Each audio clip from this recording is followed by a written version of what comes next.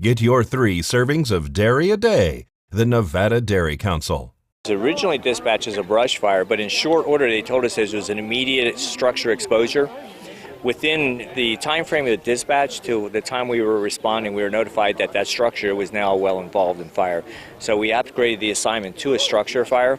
When we arrived on location, we found a rapidly advancing, highly dynamic, heavy fire showing structure fire that was actually extending to several nearby additional outbuilding type structures that were running along the rear of the property. We also had the primary dwelling as an immediate exposure, as well as several additional vehicles. There was numerous warnings issued during the course of the fire, including the storage of 55-gallon drums containing lacquer, thinner, and other materials.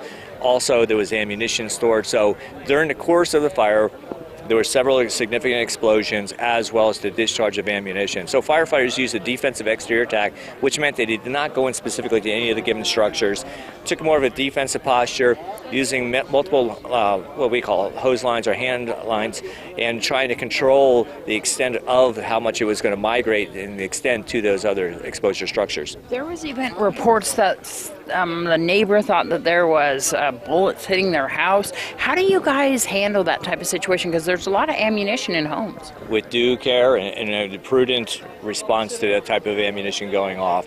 You know, the other thing too is when we had one of the explosions, a fireball blew out of the building and landed in the desert area to the north, extending a brush fire that had started by twofold within a matter of seconds.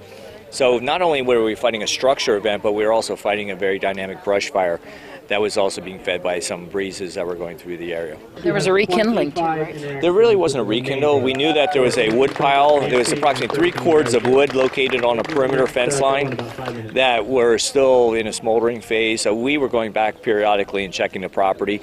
We missed a short time period in the middle of the night because of the fact that we were dispatched to 2 additional motor vehicle accidents that were serious in nature. So during those time periods, of course, some open flame developed in that wood pile, and we went out and extinguished quickly. How many buildings total? How many vehicles total? We believe that there was one 68 Cadillac totally destroyed, and it was 6 outbuilding type structures, garages, wood shops, workshops, things like that. Do you know how it started? Yeah, it appears that there was an accidental fire caused by the cutting of metal. The slag coming from that cutting set the nearby ground cover on fire.